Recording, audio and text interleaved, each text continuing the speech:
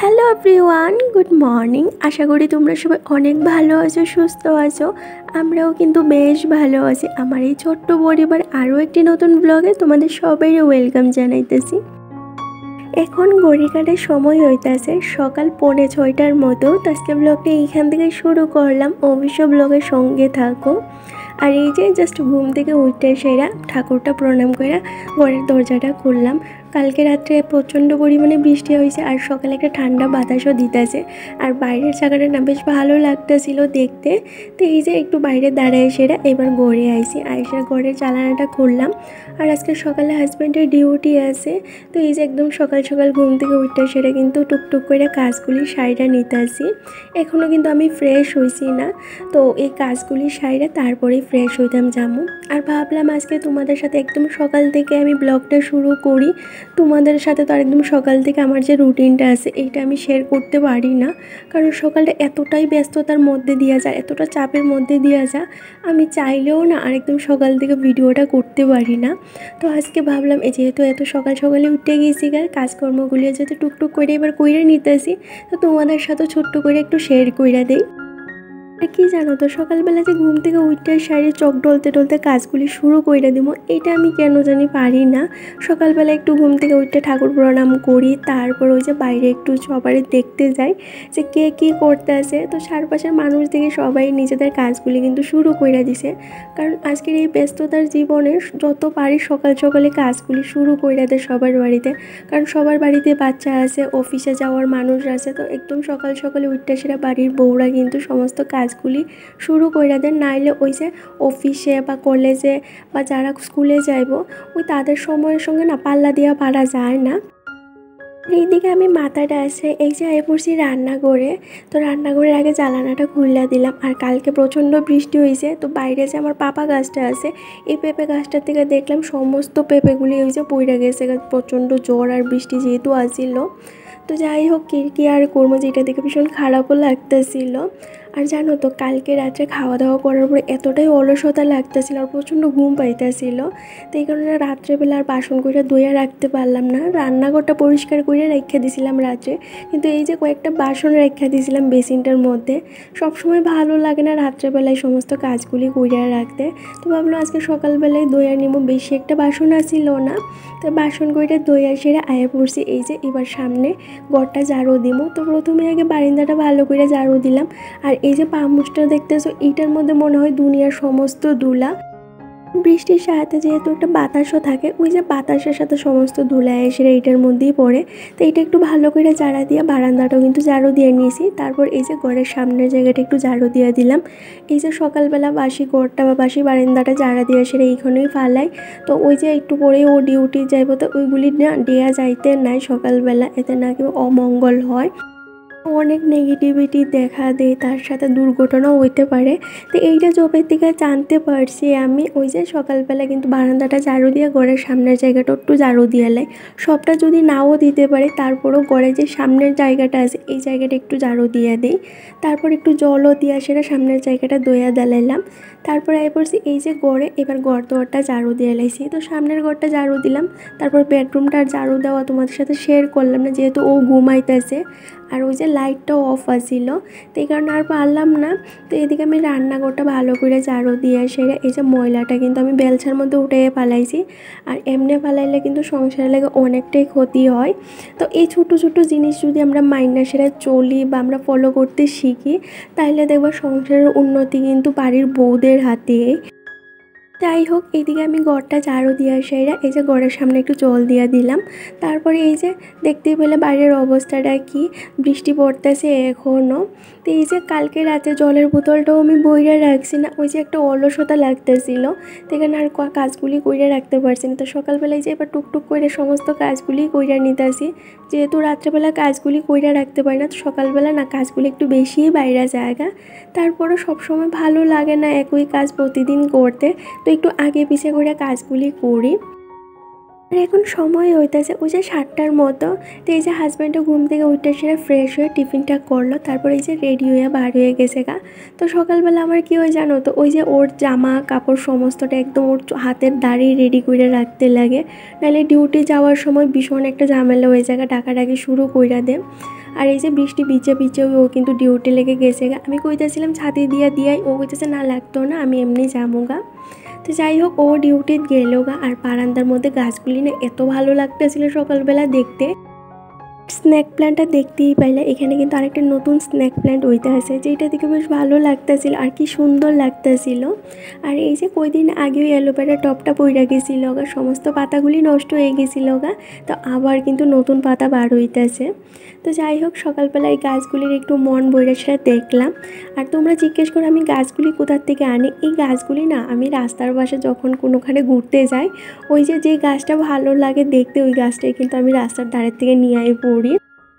কেন জানি আমার গাছের প্রতি না আলাদাই একটা ভালোবাসা, ভীষণ ভালো লাগে। এই গাছপালা যখন আমার বারান্দাটা ভর্তি থাকে দেখতে ভীষণ ভালো লাগে, মনের মধ্যে একটা শান্তি পাওয়া যায়। তো যাই হোক এইদিকে দেখো আমিও কিন্তু বাসি ড্রেসটা ছাইরা ফ্রেশ হয়ে আয়ে পড়লাম। তারপর একটু মাথাটা আশ্রে মুখে একটু অ্যালোভেরা জেল দিয়ে নিলাম। এইবার এই যে ঘরের কাজগুলি শুরু করবো। সকালবেলা তো আর বেডরুমটা গুছাইতে পারছি না, তো এই যে এবার বেডরুমটা গুছাইয়ে নিয়েছি। তারপর মশারিটা আর বেড কাপড়টা বাজ করে শুকে যে উঠাইয়ে রাখলাম। এবার এই যে জ্বালানিটা খুলে দিছি। আর এখনও কিন্তু ধীরে ধীরে বৃষ্টি পড়তেছে। এইদিকে আমি বেডরুমের জানালাটা খুইলা দিলাম। তারপরে এই যে গাছে একটু জল দিয়া দিতেছি। ঘরের যে গাছগুলি আছে এইগুলির মধ্যে তার রোজ জল দিতে লাগে না, যেহেতু গাছগুলির মধ্যে রোদ লাগে না। প্রতিদিন জল দিলে গাছের গুঁড়িটা নষ্ট হয়ে যায় গা। তো ওই 1 সপ্তাহ পর পর গাছে জল দিই। তো এখন দেখলাম গাছের গুঁড়িটার মাটি যে আছে একদম শুকাইয়ে গেছে গা, তো এই যে একটু জল দিয়া দিতেছি। আর এই গড়ের গাছে জল দিতে গেলে না আমার অনেকটা সময় লাগে, কারণ যেহেতু সারা গড়েই গাছগুলি এই যে ছড়াই না থাকে, তো এখানে একটু সময় নিয়ে সমস্ত গাছে একটু জল দিয়া দিতেছি। আর একটা জিনিস একটু লক্ষ্য করে দেখবা বন্ধুরা, একটা সংসারের আয় উন্নতি ভালো মঙ্গল সমস্তটাই কিন্তু আমাদের হাতেই থাকে, মানে বাড়ির বউদের হাতে থাকে। আমরা যত জিনিসটা মাইনা চলবো ততটাই কিন্তু ভালো। যবে থেকে আমি এই ছোটো ছোটো জিনিসগুলি মাইনা চলতেছি তবে থেকেই না দেখি আমার সংসারে ভীষণ একটা পজিটিভিটি দেখা যায়। আগে যখন এই জিনিসগুলি মানতাম না, মানে হুটহাট করে যখন যেইটা ভালো লাগতো এইটাই করতাম, এই যে ঘরের সামনে এমনি আবর্জনা ফালাই রেখে দিতাম, তখন দেখতাম আমার গড়ে না ভীষণ একটা ঝামেলা লাগিয়ে থাকতো।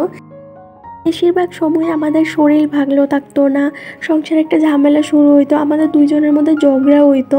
আর ওই যে মা বাবা ওরারও কিন্তু শরীর ভালো যাইতো না, ভীষণ একটা ঝামেলার মতো আর কি এই জিনিসগুলি যখন মানতাম না। তো আস্তে ধীরে যখন আমার নিজের লাইফস্টাইলটা আমি চেঞ্জ করলাম, এই জিনিসগুলি মানা শুরু করলাম, তখন থেকে না আমার সংসারে হয়তো অভাব থাকতে পারে কিন্তু কোনো দিনে না ঝামেলা হয় না। আমরা দুইজনের মধ্যে যতটা পারি একে অপরের পাশে দাঁড়ানোর চেষ্টা করি, নিজেদের পজিটিভ রাখার চেষ্টা করি, নিজের কাজগুলি সবসময় ভালোভাবে করার চেষ্টা করি। আর এই চেষ্টাটাই কিন্তু আমারে সবসময় পজিটিভ রাখতে বা আমার কাজগুলি সুন্দর করে করতে অনেকটা সাহায্য করে। যাই হোক এইদিকে তোমাদের সাথে গল্প করতে করতে কাজগুলি সাইরা এই যে আমি কিন্তু রান্নাটাও বয়াই দিয়েছিলাম। তার আগে সকালের টিফিনটা রেডি করলাম, ওর লেগে যখন সকালে ম্যাগি করলাম তো একটু বাড়ায় এসে আমার লেগেও কিন্তু কইরা লাইছি। তো এই যে টিফিনটা করতে করতে এইদিকে আমার ভাত আর ডালটাও হয়ে গেছে, তো ভাতের মাঠটাও জড়াই নিছি। আর এই যে ডালটা এবার ফোড়ন দিয়ে রাইখা দিলাম।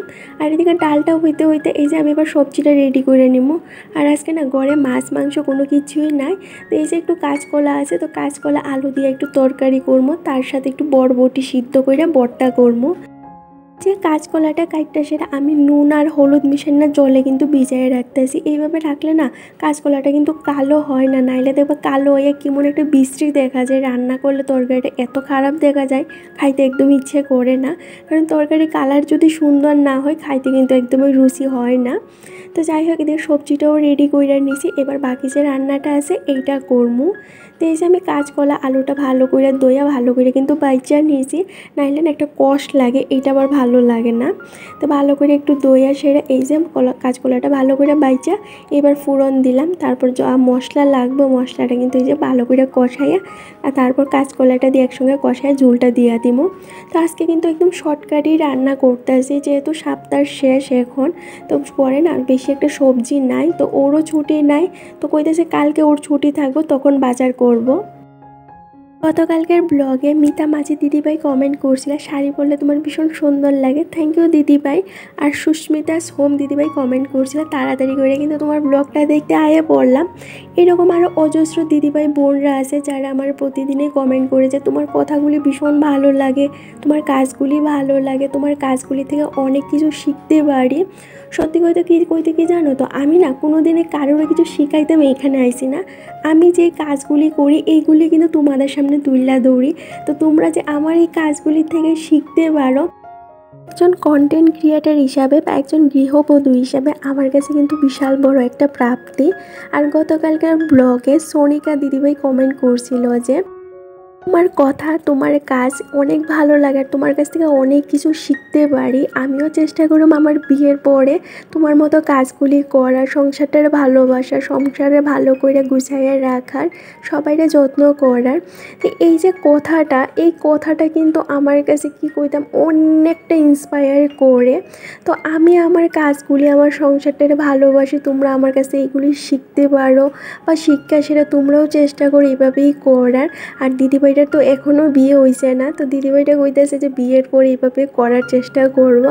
আমি জানি তুমি আমার থেকে আরও অনেক ভালো সংসারটারে যত্ন করতে পারবা, ভালোবাসতে পারবা, সংসারটারে চালাইতে পারবা। কারণ সবারই কিন্তু নিজের মধ্যে অনেক অনেক গুণ থাকে, আর সেই গুণগুলি শুধু আমরা একটু চেষ্টা আর একটু ভালোবাসার দ্বারা সংসারের কাজের মধ্যে ফুটাইয়া তুলতে লাগে, এইটুকুনি বাস। তো থ্যাংক ইউ সো মাচ। আর আগামী দিনগুলি তো ঠিক আমার পাশে এইভাবেই থাকো তোমরা, এতটাই সাপোর্ট করো। দিকে তোমাদের সাথে গল্প করতে করতে অনেক দূর আয়ে পড়ছি। তো এখন সময় হইতেছে ওই যে সন্ধ্যা 7টার মতো। তো এই যে সন্ধ্যাবাতিটা দিয়ে আয়ে পড়লাম রান্না করে। আর আজকে যে সন্ধ্যার সময় ইচ্ছে করতেছিল একটু ডিম রুটি করি, তো এই যে ডিম রুটিটা করতেছি। এই জিনিসটা না আমার কাছে ভীষণ ভালো লাগে। তো রোজ রোজ যে এই সন্ধ্যার সময় তো টিফিন করবো ভালো লাগে না, তো হুটহাট দেখবো অনেক সময় ইচ্ছে করে যে ভালো কিছু কইরা সেটা একটু খাই। তো এই যে করতেছি। আর ডিম রুটিটা করতে গিয়ে দেখো রুটিটা কিন্তু আমি পুড়াইয়া লাইছি। চলো এই কাজগুলি করতে করতে আমার কয়েকটা দিদিভাইয়ের বোনের নাম নেওয়া যাক। ইনহায়া ডায়েরি, রমেন মণ্ডল, রাখি দাস, শুভ্রা পেটো, Rumaj daily blog Das, Shampa kitchen blog, Suhana Khan, Sonia মানি, Popy Debnath, Mita Majhi, Supriya home. Thank you so much তোমরা সবাইরে এতটা ভালোবাসার, এতটা সাপোর্টের লাগে। আর এই পর্যন্ত যদি কোনো নতুন বন্ধু আমার ভিডিওটা দীক্ষা থাকার যদি একটুও ভালো লাগে অবশ্যই চ্যানেলটা সাবস্ক্রাইব করে একটা লাইক একটা কমেন্ট করে কিন্তু জানাই তোমাদের কাছে কেমন লাগছে। যাই হোক, এইদিকে এই যে টিফিনটাও কিন্তু আমি রেডি করে লাগছি। আর কয়েকটা নর্মাল রুটি করলাম কালকে সকালের লাগা। আর এই যে এবার গ্যাসটা একটু পরিষ্কার করে নিতে আসি জায়গাটা। তো যখনই রান্না বান্না করি সঙ্গে সঙ্গে কিন্তু আমি রান্নাঘর বা এই যে কাউন্টার টপটা গ্যাসটা ভালো করে পরিষ্কার করে রেখে দিই। তাহলে দেখবে এই যে গ্যাসের চারপাশে আটার গুঁড়াটা পইরা থাকে। আর সকালবেলা ওই যে আমার যে কাজটা বাইরে জায়গা, তো এই ছোট্ট অভ্যাসটাই কিন্তু সকালবেলা আমাদের অনেকটা কাজ কমাই দেয়। আজকে ব্লগটা সন্ধ্যার টিফিনটা দিয়েই শেষ করলাম। টাটা।